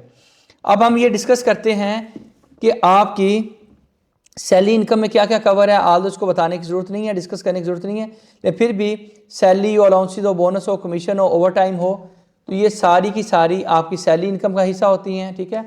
Tax treatment क्या है? Fully tax free in UAE. ठीक है। किसी किस्म की इनकम जो आपको एम्प्लॉयर से मिलेगी, कोई टैक्स नहीं काटेगा, कोई टैक्स जमा नहीं करवाना होगा। ठीक है। एग्जाम्पल, मंथली आपकी सैलरी 45,000, पूरे साल की सैलरी 540। हालांकि वो 375 वाला क्राइटेरिया आप देखें तो आप क्रॉस कर चुके हैं, but tax payable is equal to 0। Tax payable is equal to 0। Further other personal income, यानी कि अब हम आगे सर अगर हमारी कुछ और इनकम्स हों, क्या हों? कोई और इनकम्स हों। क्या मतलब है? सर हमने पैसे इकट्ठे किए, हमने बैंक में रखे, प्रॉफिट आ रहा है, हमने किसी कंपनी के शेयर्स खरीदे, डिविडेंड आ रहा है, हमने किसी कंपनी के शेयर खरीद लिए तो शेयर्स को बेचा, उसके ऊपर प्रॉफिट आ गया। एक है डिविडेंड आना और एक शेयर बेचने से प्रॉफिट आना। अच्छा, बॉन्ड्स डिपॉजिट कहीं पे रख दिए, किसी कंपनी के बॉन्ड्स ले लिए, डिबेंचर्स ले लिए, तो ये जो इनकम आ रही है इसको हम कहते हैं पर्सनल इन्वेस्टमेंट इनकम। ये सारी क्या हैं? Personal investment incomes. जो पर्सनल इन्वेस्टमेंट इनकम्स होती हैं ये इनकम सारी की सारी टैक्स फ्री होती हैं, इनके ऊपर कोई टैक्स आपका नहीं लगता। दोबारा से पर्सनल इनकम यूएई के अंदर एग्जेम्प्ट हैं, एक्सेप्ट अगर आप बिजनेस कर रहे हो। बिजनेस को भी अभी हमने डिटेल में पढ़ा नहीं है, लेकिन फ्रीलांसिंग आप किसी के लिए ग्राफिक डिज़ाइनर के तौर पे काम कर रहे हैं, एज अ कंसल्टेंट काम कर रहे हैं, एज अ एडवाइज़र काम कर रहे हैं, तो वो आप बिज़नेस कर रहे हैं और बिज़नेस के ऊपर कॉर्पोरेट टैक्स लगता है। ठीक है, एग्जाम्पल एक और लेते हैं विदाउट लाइसेंस की, फिर लाइसेंस को भी देख लेंगे, बिजनेस को भी देख लेंगे। Rent income from personal apartment और वेला। अब पता है कि यूएई के अंदर वेला का बड़ा कंसेप्ट है, अपार्टमेंट्स का बड़ा कंसेप्ट है। आप ये बिजनेस नहीं करते, लेकिन आपने एक रखा हुआ है अपने लिए भी, या अपने लिए ख़रीदा, आप बेच देते हैं जब आपको प्रॉफिट फील होता है। तो ये जो वेला हैं या अपार्टमेंट्स हैं, इसको रेंट पे भी आपने लगाया हुआ है। लेकिन एक होता है बना के पूरा आपने रेंट का बिजनेस यही करते हैं, आपने पूरी बिल्डिंग ली हुई है, रेंट पे लगाए हुए हैं, जगह लोग आते जाते हैं, हॉस्टल बना लिया हुआ है। ठीक है, कोई और ऐसा सिस्टम बनाया हुआ है, लोगों को रेशन दी हुई है, बिजनेस इस चीज़ का है, तो उसके लिए वहाँ पे लाइसेंस लेना पड़ता है, बगैर लाइसेंस के आप काम नहीं कर सकते। लेकिन यहाँ पे लिखा हुआ है नो कमर्शियल रेंटल लाइसेंस, आपने लाइसेंस के बगैर वैसे काम कर रहे हैं। मैंने एक गाड़ी ली हुई है जो मैं खुद चलाता हूँ, वो पर्सनल गाड़ी है, लेकिन एक गाड़ी मैंने रेंट पे लेकर लगाई हुई है, तो वो रेंटल वाली जो है वो इससे फिर निकल जाती है, मुझे उसमें दुबई में काम करने के लिए लाइसेंस लेना पड़ेगा। तो हम यहाँ पे बात कर रहे हैं वो वाला अपार्टमेंट, वो वाला वेला जो पर्सनल है, लेकिन उसका मैंने कोई लाइसेंस नहीं लिया हुआ। अगर उसका लाइसेंस नहीं लिया हुआ तो याद रखें, यानी कि नॉन लाइसेंस्ड एक्टिविटी है, पर्सनल वो चीज़ है, तो उसके ऊपर कोई टैक्स नहीं है। यानी कि आपकी ये इन्वेस्टमेंट इनकम तो काउंट होगी, लेकिन आपका ये बिजनेस इनकम नहीं होगी। इन्वेस्टमेंट इनकम है, ये आपकी बिजनेस इनकम नहीं है। तो यहाँ पे फिर हम एक दफ़ा वापस चलते हैं, हमने क्या पढ़ने की कोशिश की है।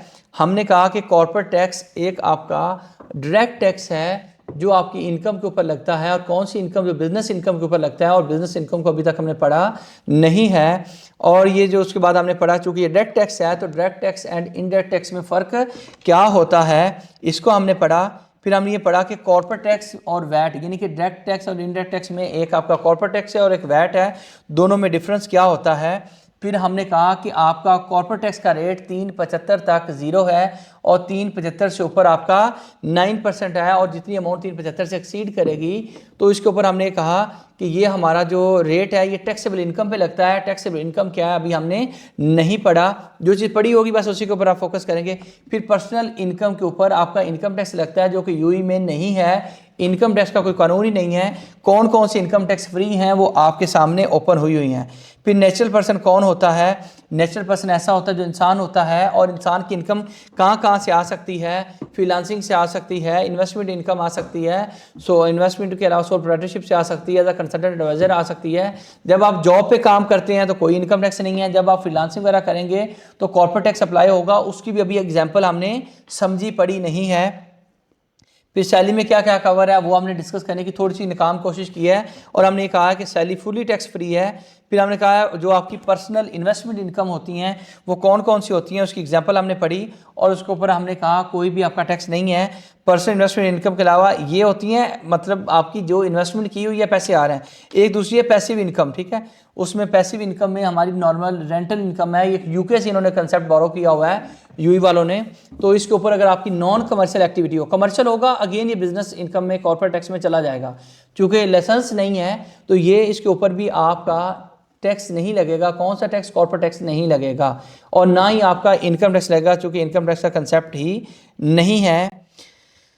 तो यहाँ पे रहते हुए आज की क्लास को मैं यहाँ पे कंक्लूड करना चाहता हूँ, क्योंकि मेरा अभी यहाँ पे कहीं पे खाना है, तो अनफॉर्चुनेटली मुझे जाना पड़ेगा। लेकिन आपके यहाँ तक कोई क्वेश्चंस हैं, किसी किस्म का भी क्वेश्चन है, किस में से आपके कॉर्पोरेट टैक्स, आपका कॉर्पोरेट टैक्स क्या है, आपका वैट क्या है, डायरेक्ट टैक्स क्या है, इनडायरेक्ट टैक्स क्या है, उसके बाद पर्सनल इनकम क्या है, ठीक है, उसके बाद आपका पैसिव इनकम क्या है, ये सारी चीज़ें जो आज हमने पढ़ी हैं, इसके ऊपर आपका कोई क्वेश्चन है तो आई एम अवेलेबल। तो स्टार्ट करते हैं। मिस्टर एम के, आपका भी क्वेश्चन है कोई? मिस्टर एम के, mister Naeem, mister Naeem, mister नबी अहमद,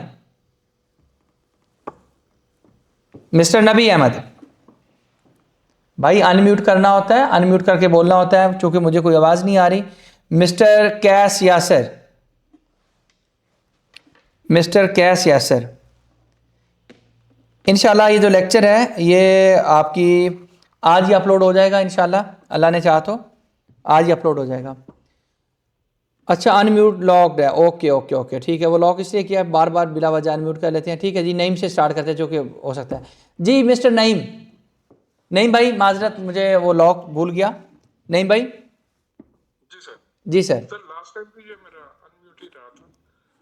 सर मेरा क्वेश्चन इसमें ये है कि आपने बताया कि जो शख्स वहाँ पे पर्सनल इनकम अर्न कर रहा है जी, मतलब जो एक इंडिविजुअल है वो नॉन लाइसेंस्ड रेंटल इनकम का काम कर सकता है और उस पे रेंट भी उस पे टैक्स भी एप्लीकेबल नहीं होगा। नहीं है। लेकिन अगर आप फुल टाइम में काम शुरू कर देते हैं फुल टाइम, तो वो आपको लाइसेंस लेना पड़ेगा। अगर आप पकड़े गए तो फिर आपको सोयर कॉन्सिक्वेंसेस का सामना करना पड़ेगा। यानी कि आप वहाँ जाते हैं, आप वेले बनाते हैं और आप रेंट पे लगाना शुरू कर देते हैं, अपार्टमेंट बनाते हैं लगाना शुरू कर देते हैं, तो ये आपका बिजनेस हो जाएगा। ये आप पर्सनल में आप निकल गए हैं, यानी कि आपकी फुल टाइम एक्टिविटी हो गई है। राइट, तो उसमें ये है कि कोई एक विला जिसमें मैं रह रहा हूँ उसके कुछ पार्ट्स में अगर दे देता हूँ वो आपका बिजनेस नहीं है। अगर आप इसके अलावा कोई कुछ भी कर रहे हैं, इसका मतलब ये आपकी फुल टाइम एक्टिविटी नहीं है। बिजनेस की सादा लफ्जों में डेफिनेशन ये है कि जो आप फुल टाइम एक्टिविटी कर रहे हैं। स्टेज है, मैं कहीं जॉब करता हूँ और इस काम को भी साथ कर रहा हूँ, मतलब ये मैनेज तो किया जा सकता है। आपने नहीं सर, किया जा सकता है। देखें आप यूएई में गए, आपने कहा मैं जॉब नहीं करूंगा, मैं सिर्फ वेला बना के उसको रेंट पे लगाऊंगा। मेरी बात को अंडरस्टैंड कर रहे हैं? और आप कहीं पे जॉब कुछ भी काम नहीं करते, आप पर्सन काफ़ी ज़्यादा विलाज अपार्टमेंट्स ले लेते हैं, तो क्या आप समझते हैं कि आप बिजनेस नहीं कर रहे? अब आपको लाइसेंस लेना पड़ेगा। अगर आप वहाँ पे जाते हैं कोई भी काम करते हैं, लेकिन इसके साथ आप क्या करते हैं कि आपका कोई इन्वेस्टमेंट है, कोई पैसे हैं, आपने कोई वेला बाय कर लिया, अब ये आपकी आप आई बिलीव आपको समझ आ गई होगी। जी समझ आ गई है, लेकिन ये एक लूप होल है मेरा ख्याल है। ओ तो उधर उन्होंने बहुत कुछ रखा हुआ है सर। ये कॉर्पोरेट टैक्स भी अभी लगे, आपको पता है इससे पहले तो कॉर्पोरेट टैक्स भी नहीं था सर। सही है जी, पहले टैक्स फ्री था। हाँ, ये तो कब इंट्रोड्यूस हुआ आपको पता ही है, ये तो अभी इंट्रोड्यूस हुआ है। तो ये तो उन्होंने वो भी इंटरनेशनल इकोनॉमी के साथ मैच करने के लिए बेसिकली आईएमएफ की तरफ से भी इनको थोड़ी सी सख्ती थी, वो इसलिए कि वहाँ पे हर बंदा 2 नंबर पैसा इकट्ठा करता था, वहाँ जाता था, बिजनेस करता था, वहाँ से डॉक्यूमेंटेशन के जरिए वापस ले आता था। तो खैर वो एक लंबी बहस है, हम उसके ऊपर नहीं जाते। आईएमएफ ने काफ़ी ज़्यादा वो सख्तियाँ की, तो उन्होंने फिर भी ये थोड़ा सा लगाया ताकि बिजनेस डिस्करेज ना हो। ठीक है, तो 3,75,000 बहुत बड़ी अमाउंट होती है। ठीक है, तो उन्होंने ये बड़ी सारी चीज़ें इसको अभी भी रखी हुई हैं। मेरी बात समझ रहे हैं? ये बात है, वो लूप होल नहीं है उधर। तो आपकी किसी इनकम पे, पर्सनल इनकम पे नहीं है। जब आप एडवाइजर कंसल्टेंट बनते हैं देन आपके ऊपर कॉर्पोरेट टैक्स है, अदरवाइज तो आप ये इन्वेस्टमेंट कर लें, ये कर लें, वो कर लें, ठीक है, तो उसके ऊपर नहीं है। बिल्कुल ठीक। Thank you sir, thank you. Ayesha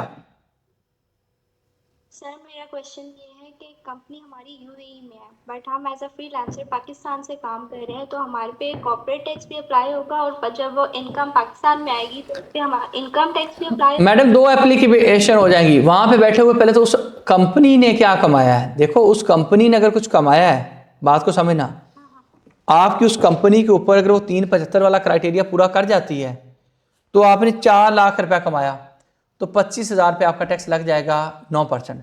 फिर वो सारे पैसे आप पाकिस्तान में लेके आई तो फिर पाकिस्तान का कानून कहता है कि आपने जो वहाँ पे टैक्स दिया है उसका यहाँ पे आपको टैक्स क्रेडिट मिल जाएगा। मेरी बात समझ रही हैं? बाकी टैक्स आपका पाकिस्तान का टैक्स कितना बनता है उसमें से जो जितना वहाँ जमा करवाया है वो आपको एग्जेम्प्ट हो जाएगा, उतना माफ़ हो जाएगा, टैक्स क्रेडिट मिल जाएगा।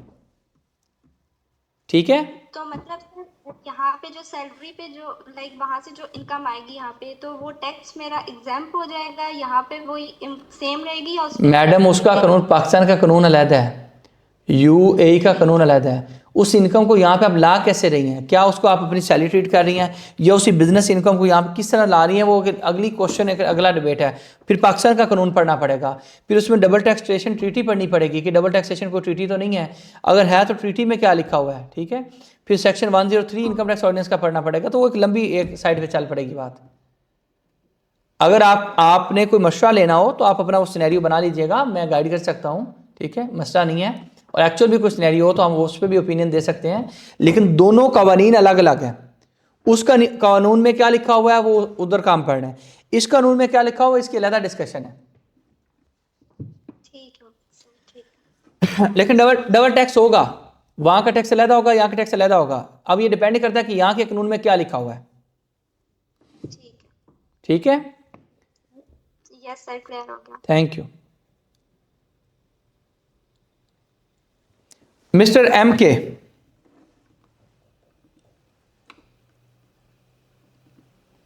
मिस्टर एम के, सर इसमें ये नहीं है कि अगर 3-4 बिले आपने लगा लिए फिर भी आप पर टैक्स नहीं होगा। भाई एक बात करना, अगर आपने काम ही ये शुरू कर दी, हरकत कर दी, ठीक है, तो इसका मतलब तो ये है कि आप फिर वो इस बिजनेस में आ गए ना। देखो आप उसके अलावा वहां पे काम क्या कर रहे हैं, इट डिपेंड्स। लिमिट नहीं है, पर्सनल इनकम जो भी है, जितने भी हो, 10 लाख हो, 12 लाख हो।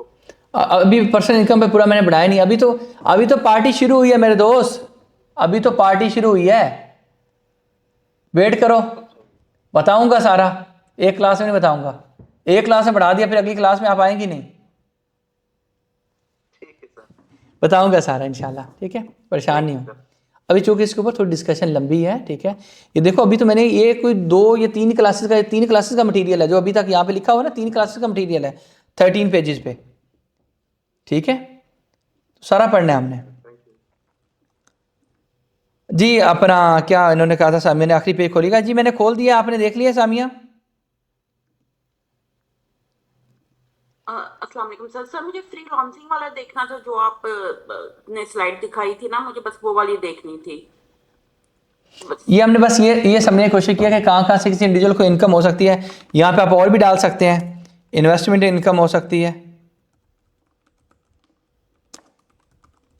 इन्वेस्टमेंट इनकम में आपकी पर्सनल इनकम हो सकती है, आपकी पैसिव इनकम हो सकती है, ठीक है, बस ऐसे लिखा हुआ है ये जी। सर इन सब के ऊपर क्या टैक्स लगेगा ना? फ्रीलांसिंग हो गया, आज मैडम मैं पढ़ के नहीं आया हुआ, अगली क्लास में पढ़ के आऊँगा फिर बताऊँगा। ओके फाइन, ये देखें, थैंक यू सर। इनके ऊपर टैक्स नहीं है मैडम, एक गौर फरमाइएगा, इनके ऊपर टैक्स नहीं है, कोई पर्सनल इनकम के ऊपर टैक्स नहीं है। सैलरी पर्सनल इनकम में आती है, आप ये सैलरी होती है मंथली बेस पे काम कर रहे हैं, डेली बेस पे काम कर रहे हैं, कोई भी पर्सनल इनकम हो। पर्सनल इनकम में कौन कौन सी इनकम आ सकती हैं, लेकिन ये वाली जो आती है ना बिजनेस इनकम का पार्ट है, ये मेरी बात समझ रही है। एज एन एम्प्लॉय काम करो, ये पर्सनल इनकम तो है, लेकिन इसके ऊपर टैक्स नहीं है। लेकिन freelancer, consultants and sole proprietors, ये जो चीज़ है ये आपकी बिजनेस के अंदर कवर है, ठीक है। इसकी आगे एग्जांपल मैंने बनाई हुई है, मैंने खुद रोकी है। बेसिकली अब बिजनेस एक्टिविटी का क्या मतलब है, आपकी नॉन बिजनेस एक्टिविटी क्या होती है, एग्जांपल है, ठीक है। नेचुरल पर्सन के ऊपर ये आप देख रहे हो कि कोर रूल क्या है, तो ये सारी चीज़ें मैं एक दिन में नहीं बताना चाहता, ठीक है। हम इस ना आपको समझ आए ना मुझे समझ आए कि मैंने बढ़ाया क्या और आपको समझ ना आए कि आपने पढ़ा क्या है। फाइन सर, बट मेरा एक क्वेश्चन है छोटा सा, आई एम सॉरी मैं बहुत तंग कर रही हूँ सर, लेकिन फ्रीलांसिंग जो भी करते हैं उसका तो कोई लाइसेंस नहीं होता ना, जब हमारे पास किसी चीज़ का लाइसेंस भाई लाइसेंस नहीं है। क्या आप जो बिजनेस कर रही हैं, मुझे आप ये बताएं कि जो फ्रीलांसिंग है लाइसेंस तो नहीं है, आप सिर्फ लाइसेंस के ऊपर आ गई हैं। आप मुझे ये बताओ कि क्या ये पर्सनल इनकम है, क्या फ्रीलांसिंग पर्सनल इनकम? आप ये ना देखो क्या इंसान की इनकम है, पर्सनल इनकम है, नेचुरल पर्सन की इनकम है, नहीं। आपकी कोई भी एक्टिविटी, अभी चूँकि बिजनेस की हमें डेफिनेशन पढ़नी है, बेसिकली मैं खोल लेता हूँ दोबारा से। बेसिकली आप लोगों को कन्फ्यूजन इस बात की है कि थोड़ी सी जल्दी में आप लोग, ठीक है, और इतनी जल्दी में मैं नहीं हूँ जितनी जल्दी में आप लोग हैं, ठीक है। जब बिजनेस की डेफिनेशन आप पढ़ेंगे तो फिर आपको अंदाज़ा होगा कि ये क्यों उसमें कवर होता है, बिजनेस इनकम होता क्या है, ये क्यों आगे चला गया। Activity requiring a commercial license, ठीक है, या फिर आपका ट्रेडिंग, कंसल्टेंसी सर्विसेज, मैन्युफैक्चरिंग, क्या ये बिजनेस बनता है नहीं बनता फ्रीलांसिंग? सर बनता है। तो प्लीज़ थोड़ा सा वेट करें, बताऊंगा, ठीक है? सॉरी। आप बस मेरे से आगे जाना चाहती हैं, आपको मैं सारा कानून भेज दूंगा, यहाँ पे कानून भेज दूंगा, नहीं सर, यहाँ पे नहीं सर, यहाँ पे जॉब्स निकल जाएंगे एक्चुअली। आप कोई बहुत बहुत आगे ना निकल जाइएगा, ठीक है? थोड़ा सा वेट करें, ठीक है? इंशाल्लाह एक एक चीज़ क्लियर होगी। ये मुझे बढ़ाने का शौक है थोड़ा सा, ठीक है? तो मैं इसे थोड़ा सा स्लो बढ़ाता हूँ, डिटेल में बढ़ाता हूँ, ताकि बाकी सारे लोग ना, मेरी नज़र में आप अहम हैं, लेकिन आपसे अहम पता है कौन है? वो बंदा जिसका बैकग्राउंड ही नहीं है। Okay sir. ठीक है, क्योंकि आपको समझ आ जाएगी, जिस बंदे ने बेचारे कभी वो टैक्स का पाला ही नहीं है, उसको पता ही नहीं है टैक्स क्या होता है। मैं तो अभी इसके और एक बैकग्राउंड पे लेके जाता था, फिर 2 क्लासेस मेरी और ज़ाया होती थी, मैंने उनको छोड़ दिया है। अच्छा टैक्स लगाए क्यों जाते हैं, अच्छा टैक्स का वो हिस्टोरिकल इसका स्ट्रक्चर क्या है, कहाँ से इसकी बुनियाद पड़ी, तो मैं वो लंबा चौड़ा, फिर मैं कहता हूँ छोड़ो, दफ़ा करो, उसका रेलिवेंस नहीं है कि लोग मुझे कहते हैं सर बोर हो रहे हैं हम लोग, ये इसकी ज़रूरत नहीं है, तो इसलिए मैंने निकाल दिया। आल तो मेरी कोशिश ये होती है बोर ना हो आप लोग। Thank you, thank you Madiya, thank you जी। मदिया आपका क्या क्वेश्चन है? मदिया मैं आपको पूछ रहा हूं क्या क्वेश्चन है आपका? कैस यासिर, वालेकुम सलाम जी। बेसिकली बच्चों की बातें सुन रहा हूँ मैं उसको एंजॉय भी कर रहा हूँ। एक्चुअली इनको पता नहीं है कि आप जिस तरह से पढ़ाते हैं, आप इस तरह पढ़ाते हैं जिस तरह एक लेमैन और अलिफ बे जिस तरह कायदा पढ़ाते हैं ना, हाथ पकड़ के, आप इस तरह उनको पढ़ाते हैं माशाल्लाह से। और मैं बड़ा एक्साइटेड हूँ कि आप क्लास ले रहे हैं, और बड़े अरसे बाद आपकी क्लास दोबारा से लेने का जो है ना इत्तेफाक हुआ है आज। तो सर मैं ये जानना चाह रहा था कि क्या इसका हमें कोर्स आउटलाइन मिल सकती है सर, कि क्या इस कोर्स में बेसिकली पूरा है क्या? कैश में एक चीज़ बताऊँ आपको, आउटलाइन सारी मिल जाएगी, मैं उनको कह दूंगा भेज दें। कॉर्पोरेट टैक्स 100% जितना है ना, कॉर्पोरेट टैक्स आपको पता है कितना है? सिर्फ 74 पेजेस का, टोटल 74 पेजेस का, ठीक है? तो उसमें से भी ऐसी कुछ चीज़ें जो आपके रेलिवेंट ही नहीं है, ठीक है? आपको मैं पूरा उसका चीज़ें भेज दूंगा, ठीक है? लेकिन आप ये समझें कि इसके बारे में मैं पूरे नोट्स भी दे देता हूँ। पता है फिर होता क्या है, स्टूडेंट आगे से आगे पहुँच जाता है, मैं कहता हूँ कि यार भाई जो कुछ पढ़ाया है ना, मैं बस उतना आपको दूंगा, ताकि वो चीज़ जो आपकी रेलिवेंट है वो आप पढ़ें। जो वहाँ पर कंपनी फॉर्मेशन की चीजें हैं वो भी इसमें शामिल है? यस बिल्कुल है।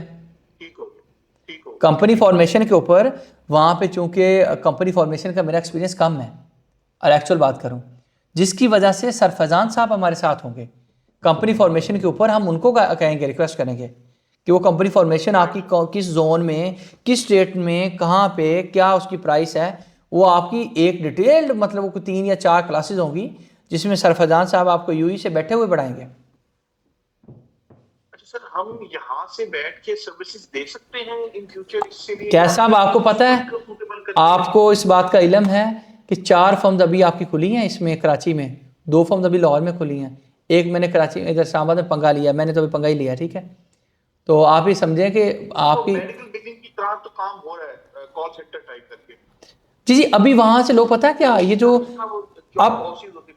अब बैक ऑफिस का कंसेप्ट आ गया, अब वहाँ पे लोग बस ऑफिस बनाते हैं, ठीक है, छोटा मोटा बस घेरने के लिए, बाकी सारा काम बैक पे करवा रहे हैं। इसका स्कोप है भाई, कैसा आप इसको अपॉर्चुनिटी समझा। आप किसी को कंपनी रजिस्टर्ड करके दे देंगे तो आप ये अंदाजा करें कि आप कितने पैसे कमा लेंगे। सर अब हमने मेंबरशिप ली है, सर अब आपके साथ मिलके कमाएंगे सर, इंशाल्लाह।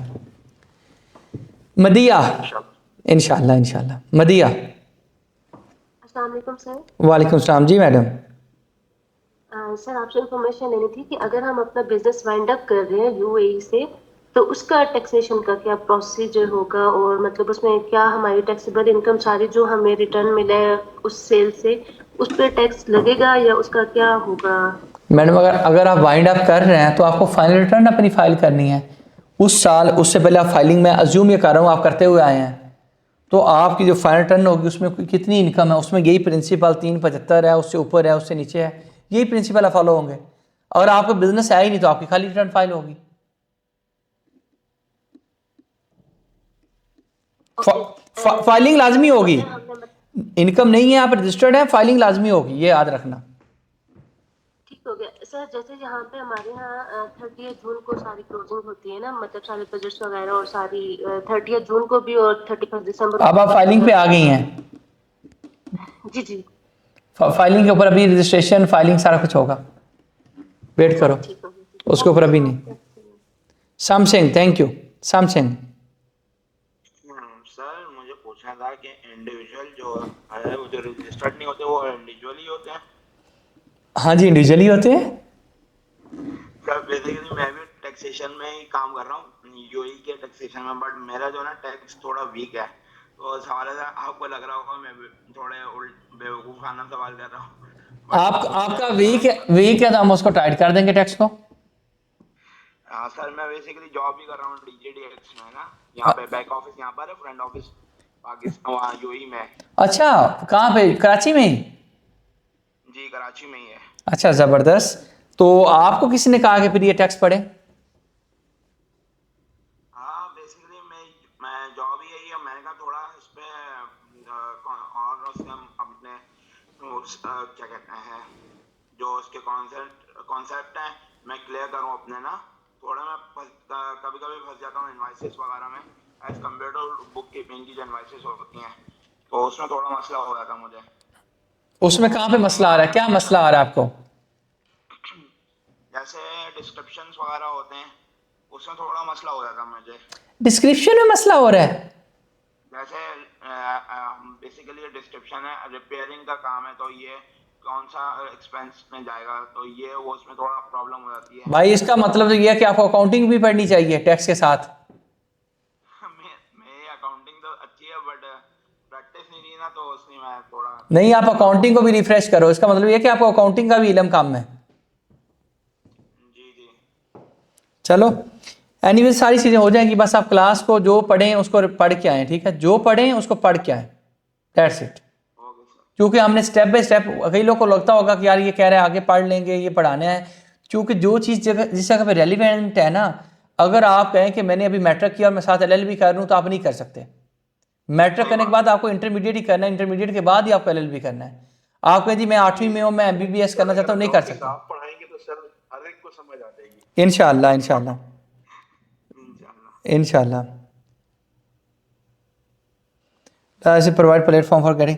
भाई अभी हम अपना नेम साहब अपना एक प्लेटफॉर्म अभी लॉन्च कर रहे हैं नया, जिसके ऊपर हम अपने पास ना सिर्फ यूएस यूके यूई, उसके ऊपर जो हमारे स्टूडेंट होंगे हम अपनी एक नोटिफिकेशन डाला करेंगे कि ये हमारे पास जॉब आई है।